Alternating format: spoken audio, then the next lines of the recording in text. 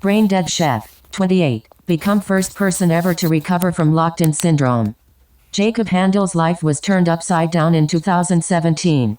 Jacob Handel was living a normal life as a head chef in Boston, Massachusetts. But suddenly he was able to move his wrist, before developing blinking skills. It took years, but finally, he has made a remarkable recovery, so he can now speak and move around once again, and live without support. He is the first ever person to recover from stage 4 acute toxic progressive leukoencephalopathy, he says. It can be caused by brain trauma, infection, and exposure to toxins.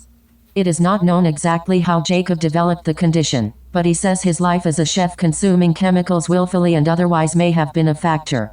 Jacob, 35, said, "Everything has changed after what happened. My outlook, my feelings, everything is much more positive in all regards.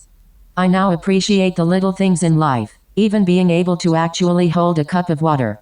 It took years, but finally, he has made a remarkable recovery. At 27 years old, Jacob started noticing strange symptoms. Jacob said, "I felt kind of weird one day. It started with my voice. It became high-pitched, and people started pointing it out. My balance was a little off too. I could still walk, but I was holding onto walls in my house." He brushed off the symptoms at first, but things worsened. "I started swerving when I was driving, and that led me to walk into the hospital one day," he said. In Worcester, Massachusetts, doctors initially suspected Jacob had had a stroke. But tests revealed it was far worse than anyone could have imagined. 8 doctors were standing in my room, and I knew right away it was bad news, Jacob said. The doctor sat on the edge of my bed and told me I had a very rare, terminal, progressive brain illness. The disease, known as acute toxic progressive leukoencephalopathy, is a degenerative condition caused by the inhalation of toxins. Jacob's life unraveled quickly. He was told he would lose the ability to walk within a month, become wheelchair-bound soon after, and lose the ability to speak within a couple of months. The illness would cause him to likely slip into a coma and die, he was told. He was totally aware of what was going on around him, but couldn't move, talk, blink, or communicate. By month 5, I was at stage 4, which they said no one ever recovers from, he said. They told me I would enter into a coma and pass away. As the disease progressed, Jacob experienced unimaginable pain. It was severe chronic pain, autonomic storming, where your body's systems just go haywire, he said. I had swings of 106-degree fevers, and my heart was working like I was running a marathon. 3 months in, Jacob became completely paralyzed. One of the most horrific parts was when I had an itch, he said. I couldn't signal anyone, and the weight of a sheet on my skin would hurt. It's like being trapped. Your brain is totally intact, but you can't communicate with anyone. Unable to move or speak, he could hear everything around him but had no way to let people know he was still there. Jacob said, "One time I overheard the nurses talking, and one of them said, 'I have to tell you about this really awkward hookup I had last night.' It was the funniest thing I had heard in months, and I was almost laughing inside. But then one of them said, 'Don't worry about talking in front of him, he's brain dead.'" Jacob then began to wonder if he had in fact died, and he was hallucinating. It was so strange and horrible, he said.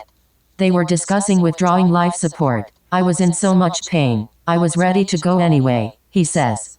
For 10 months, Jacob remained locked in, but then, a breakthrough came when medical staff noticed a slight movement in Jacob's wrist, something he didn't even realize he had done.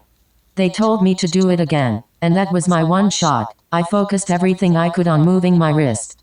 Once doctors were aware Jacob was responding, they focused their attention on helping him to regain more movement.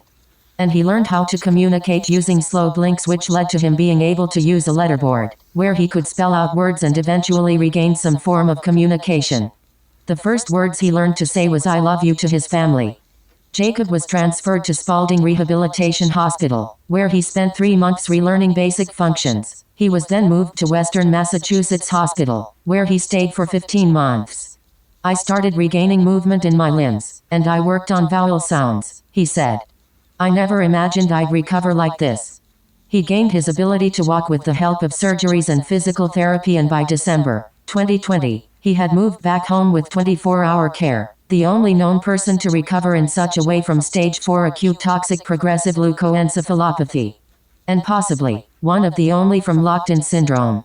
Despite his incredible progress, Jacob still faces daily challenges. I'm still learning how to walk with a cane, and my voice isn't what it used to be, he says.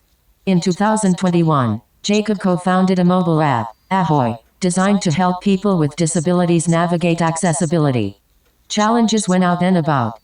Jacob said, "Before this happened to me, I was always a fun, outgoing guy, but deep down, I was sad and depressed. Now, even with all the challenges, I appreciate the little things.